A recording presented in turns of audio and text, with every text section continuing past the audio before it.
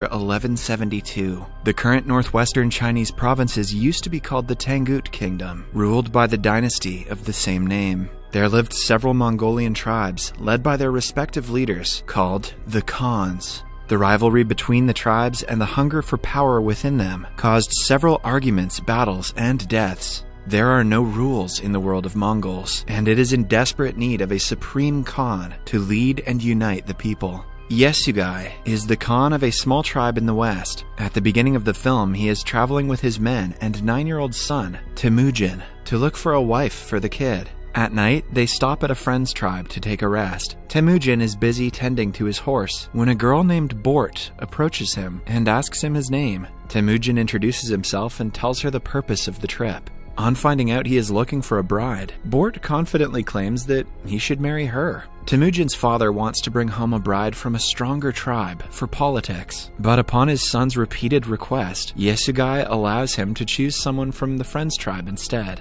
Before choosing the girl, Temujin is asked to look for one with strong legs, because only a girl with strong legs can keep her man happy. Temujin does as told and chooses Bort. Their marriage is officiated, but they can only be together after 5 years. Before leaving, Temujin promises to return soon and gives Bort a necklace as a gift to remember him. On the way back to their village, Yesugai and the men take a rest near an inn. They are cautious because a few yards away sits the leader of a rival tribe with his men. Suddenly, the rival Khan sends his men with a bowl of milk as a sign of peace. To return the gesture, Yesugai also sends back a bowl of juice. Yesugai's right-hand man suggests that he let the servant drink the milk first, since they cannot trust their enemies. But Yesugai doesn't want to lose the opportunity to make peace because of suspicion. He drinks the bowl clean, and so does the other Khan. A while later, they continue the journey, but a few minutes in, Yesugai's chest starts to hurt. He falls off the horse and dies.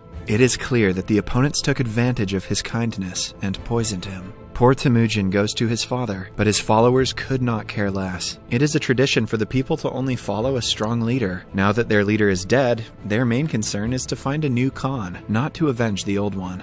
In the following scene, Temujin and his mother attend Yesugai's funeral. Yesugai owned a lot of cattle and houses, which are taken over by his right-hand man, Targutai. Temujin's mother curses him and claims that her son will kill him one day. Targutai realizes it is true and makes it his mission to kill Temujin. However, they measure his height, which doesn't reach the upper part of the wheel of a cart. According to the traditions, Mongols do not kill a child, which is why Temujin's life is saved. But Targutai promises to return next winter, when Temujin's height will have increased.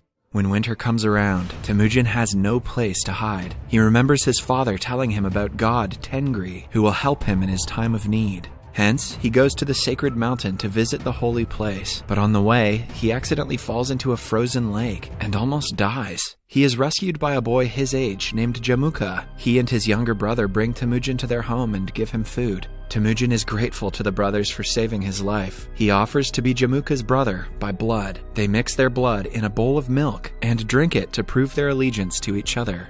MGK and Megan Fox aren't crazy after all.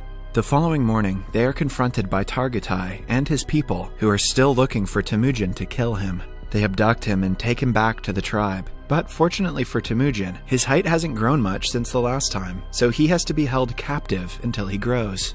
A kind old man feeds him every day and helps him with his injuries. A few days later, they measure his height again, but it still hasn't gone up.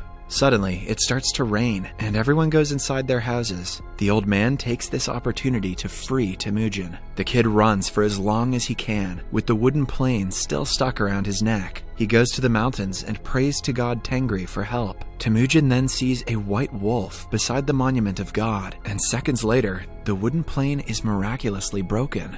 The scene changes to 1186. Temujin has grown up into an adult, but is still on the run from Targutai and his people. After a years-long search, they are able to capture him and lock him in a similar wooden plane. This time, he has grown enough to match the height reference, so the chances of his survival are low. Targutai wants to see him beg for his life, but Temujin, being the proud man he is, refuses to do so. As a result, Targutai decides to torture him slowly, instead of killing him in an instant. The old man who helped Temujin years ago feeds him even now. He begs Temujin to spare his life when he returns to avenge the treatment he is getting. When it gets dark, Targatai comes to Temujin alone and mocks him. Since everyone is busy, Temujin takes the opportunity to attack the opponent and kills him by hitting him with the wooden plane repeatedly. After that, he flees from the village and is safe yet again. Temujin is ready to take his tribe back and become the Khan, but first, he has to bring his bride home. He goes to his in-laws' tribe for the first time since he was 9. Bort has grown up to become a strong and beautiful woman. But are those legs thick, though?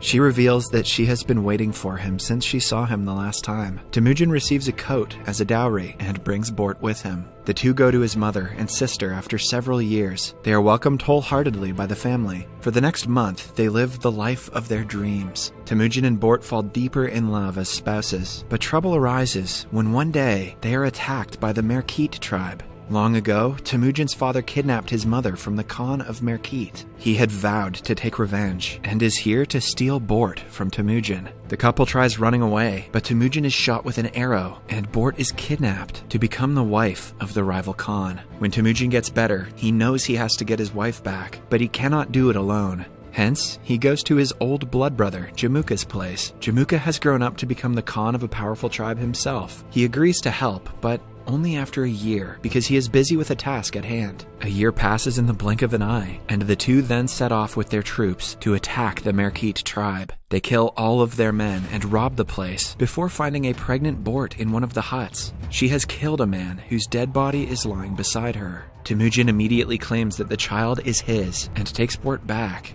At night, the troops celebrate the win. By now, Temujin has been able to gather a bunch of followers. They ask him to distribute the robbed cattle, and unlike most Khans, Temujin keeps only 10% for himself and gives the rest to his troops. He even offers more goods to the family of the men who died in battle. 2 of Jamuka's people see this and decide to join Temujin's tribe. Since the Mongols are allowed to choose their own Khans, Jamuka can do nothing about it, but it is evident that he views this as a betrayal.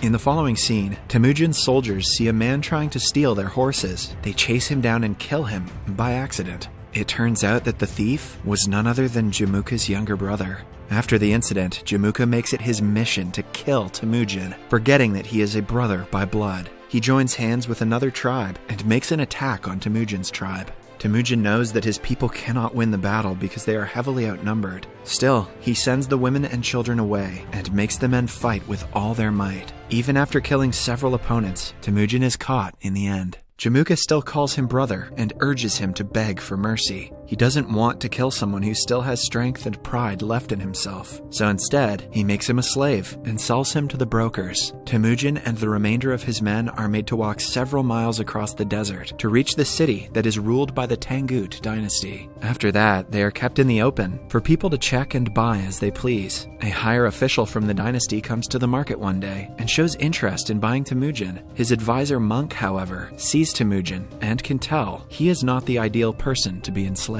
He doesn't even have thick legs. He thinks Temujin will be the end of the entire powerful dynasty. The buyer only laughs at the statement and buys Temujin nonetheless. He is then kept in a cage as a freak who people can see and make fun of. The monk visits him every day and begs for forgiveness. He makes a pact with Temujin that if he looks for Bort, Temujin will not destroy the monastery when the time comes. While on the search for Bort in the deserts, the monk falls unconscious and dies. Luckily, he is found by Bort, who recognizes the necklace he has as the one she owned for several years. She figures out her husband is still alive and goes to the city to look for him. Since Temujin is on full display to the people, she doesn't take long before finding him. The same night, she bribes a guard and helps Temujin flee. He is surprised to see that his son has grown a lot, and Bort now has a second daughter. She reluctantly had to be with another man to make ends meet and to feed her children. Temujin loves her even more for her sacrifices and tells the little girl that he is her father. The family of 4 returns to their home in the countryside and lives there happily for a month. The kids love their father and play with him all the time.